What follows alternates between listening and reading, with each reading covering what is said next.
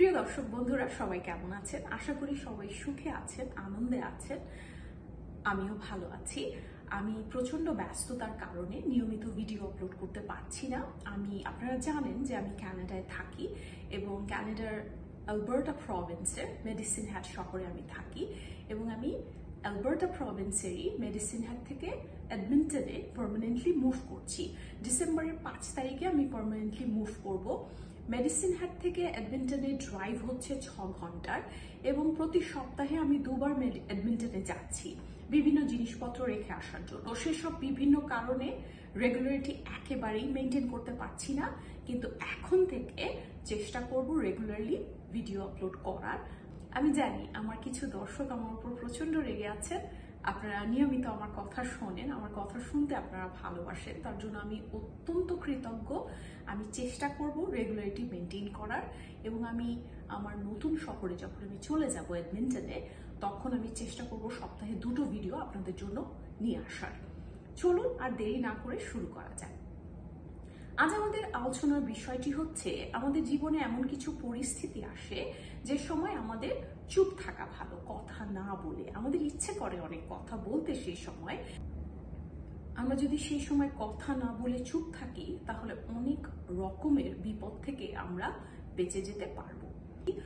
প্রথম যে পরিস্থিতি বা সিচুয়েশন, সেটি হচ্ছে আমরা যখন প্রচন্ড রেগে যাই।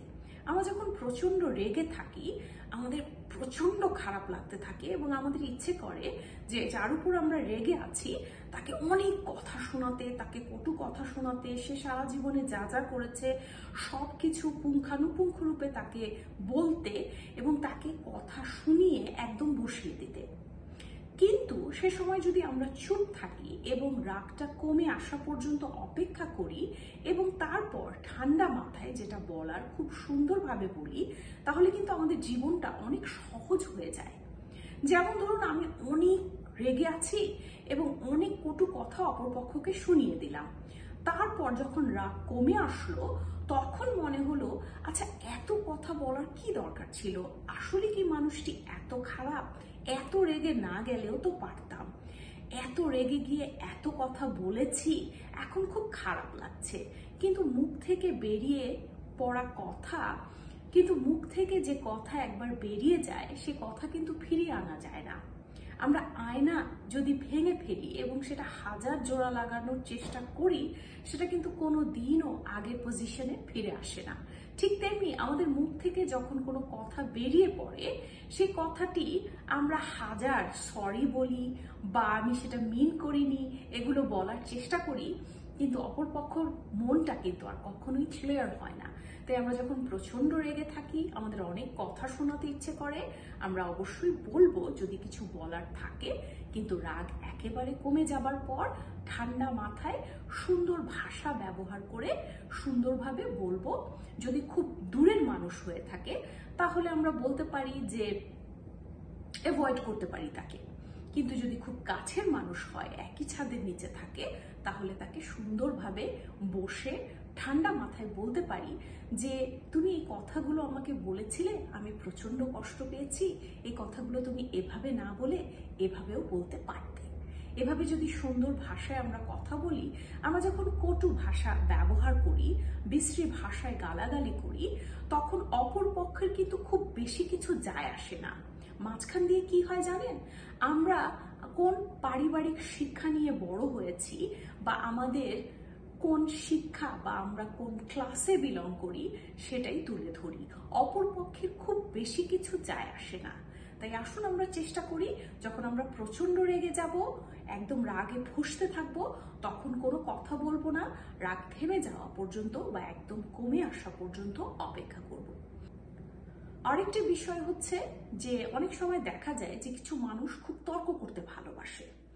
এই ধরনের পরিস্থিতিতে আপনি সব সময় চুপ থাকবেন, কারণ কিছু মানুষ আছে যারা তাদের কাছে তর্কে জেতাটা হচ্ছে প্রধান।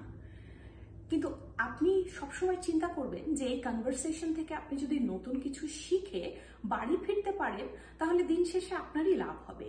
আমরা অনেক কথা বলে থাকি, কিন্তু যে কথাগুলো আমরা বলছি সেই কথাগুলো কিন্তু অলরেডি আমি জানি, অপর পক্ষের কথা যদি মনোযোগ দিয়ে শুনি, তাহলে এই কনভারসেশন থেকে নতুন কিছু শিখতে পারবো। আর জেতাটাই মুখ্য হবে না, অপরপক্ষ যদি সঠিক হয়ে থাকে তাহলে সেই জিতবে, তাতে কোনো অসুবিধা নেই। কিন্তু আমি নতুন কিছু শেখাটা আমার অলওয়েজ পারপাস হবে।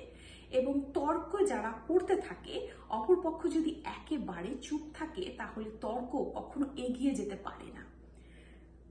আপনি যদি একেবারে চুপ থাকেন তাহলে অপরপক্ষ তর্ক করার মজা থেকে বা আনন্দ থেকে ধীরে ধীরে বঞ্চিত হবে এবং সে একসময় দেখা যাবে যে একেবারেই চুপ করে গেছে।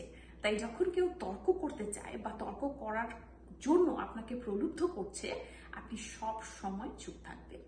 আরেকটি পরিস্থিতি হচ্ছে যে কেউ কথা প্রসঙ্গে আপনার যদি উইক পয়েন্ট বা দুর্বল জায়গাগুলো জানার চেষ্টা করে, সেক্ষেত্রে সবসময় চুপ থাকবেন। অনেক সময় দেখা যায় যে আমরা প্রচন্ড আবেগপ্রবণ হয়ে কাউকে বিশ্বাস করে আমাদের অনেক দুর্বল জায়গাগুলো বা সিক্রেটগুলো বলে ফেলেছি, এবং পরে দেখা যায় যাকে এত বিশ্বাস করে এত কথা বললাম সেই সবচেয়ে প্রথম আঘাত করছে, সেই দুর্বল জায়গাগুলোতেই খোঁচা মেরে।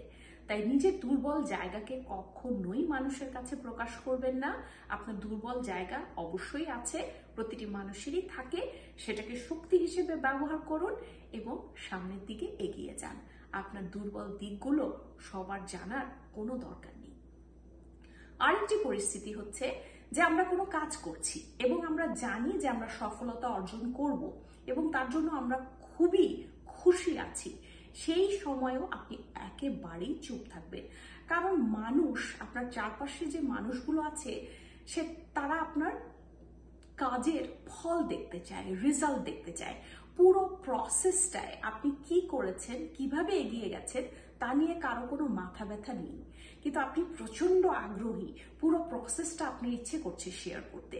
আমি এটা করেছি, এরপর এটা করব এবং তারপর আমার জীবনে এটা ঘটবে, এটা জানার কারো কোনো দরকার নেই। আপনার জীবনে সফলতা যদি আসে, অবশ্যই আসবে, সেটাই কথা বলবে।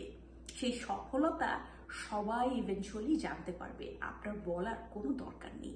আপনি যদি চুপ করে থাকেন তাহলে আপনি সফল হতে আপনার সম্ভাবনা আরো বেশি বেড়ে যাবে।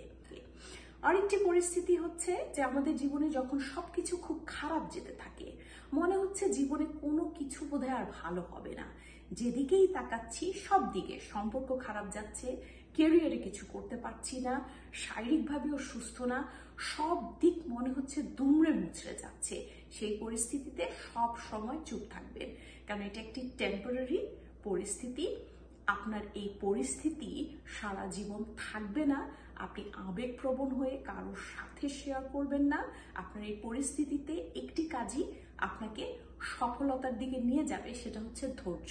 আপনি যদি শান্ত মাথায় চিন্তা করেন কিভাবে এই বিপদ থেকে বেরিয়ে আসা যায়, কি করা যায়, অন্য মানুষের সাথে শেয়ার না করে আপনি যদি সেসব কথা চিন্তা করেন, তাহলে আপনার জীবনে অবশ্যই সফলতা আসবে। আপনি যতটা ধৈর্য নিয়ে পুরো পরিস্থিতি বিবেচনা করে ঠান্ডা মাথায় এগিয়ে যাবেন, তত আপনার সফলতা বা সফল হওয়া নির্ভর করবে। আরেকটি পরিস্থিতি হচ্ছে যখন আপনাকে কেউ এসে বলে যে সেই মানুষটি আপনার অনেক নিন্দা করে বেড়াচ্ছে বা ক্রিটিসাইজ করছে, সেই পরিস্থিতিতে সব সময় চুপ থাকবেন। কারণ অপর পক্ষ যদি আপনি চুপ থাকেন এবং কোনো রিয়্যাক্ট না করেন এত কথা শুনেও এবং মিটিমিটি হাসেন, তাহলে অপর পক্ষ যে আপনার নিন্দা করে বেড়াচ্ছে তাকে গিয়ে পুরো পরিস্থিতিটি বলবে। সেই মানুষটি গিয়ে অপরপক্ষকে বলবে যে তোমার সম্বন্ধে অনেক কথা ওকে বলেছি তুমি কি কি কথা বলে বেড়াচ্ছ, কিন্তু সে কোনো রিয়্যাক্ট করেনি, সে বরং মিটিমিটি হাসছিল। সেক্ষেত্রে আপনার নিন্দা করা, আপনার প্রসঙ্গে আপনার সম্বন্ধে ক্রিটিসাইজ করার আনন্দ তার চিরতরে শেষ হয়ে যাবে। এবং একটি কথা সবসময় মনে রাখবেন, যখন মানুষ আপনার নিন্দা করে এর মানে হচ্ছে আপনি জীবনে বড় কিছু করছেন, এই জন্যই আপনার নিন্দা করছে। আপনি যদি কোনো কিছুই জীবনে না করেন, কেউ আপনাকে নিয়ে কোনো কথাও বলবে না। তাই আপনি যেহেতু কিছু করছেন তার জন্যই ক্রিটিসিজম আপনাকে ফেস করতে হচ্ছে। একেবারে চুপ থাকবেন, হাজার কথা আপনার সম্বন্ধে এসে বলুক, তোমার সম্বন্ধে এটা বলেছে ওটা বলেছে, হাজার কথা আপনার সম্বন্ধে বলুক, হাজার নিন্দা করুক, কখনোই এই পরিস্থিতিতে রিয়্যাক্ট করবেন না, একেবারে চুপ করে থাকবেন। তাহলে দেখবেন নিন্দুকেরা একসময় নিন্দা করার আনন্দ থেকে বঞ্চিত হয়ে যাচ্ছে এবং আর আনন্দ খুঁজে পাবে না, এবং নিন্দা করে যে মজাটা আপনাকে রাগানোর চেষ্টা করছে, আপনাকে এক্সাইটেড করার চেষ্টা করছে, আপনাকে রাগানোর চেষ্টা করছে, সেই চেষ্টা তো পুরোপুরি ব্যর্থ হয়ে গেছে। কারণ আপনি তো একেবারেই রাগেননি, বরঞ্চ আপনি মিটিমিটি হাসছেন। তাই এইসব ক্ষেত্রে সব সময় চুপ থাকবেন। হাজার আপনার সম্বন্ধে উল্টোপাল্টা কথা এসে মানুষ বলুক না কেন, কখনো এটার আনসার দিতে যাবেন না। আজ এই পর্যন্তই। সবাই ভালো থাকবেন, সুস্থ থাকবেন। আবার দেখা হবে নতুন কোনো ভিডিওতে। আল্লাহ হাফেজ।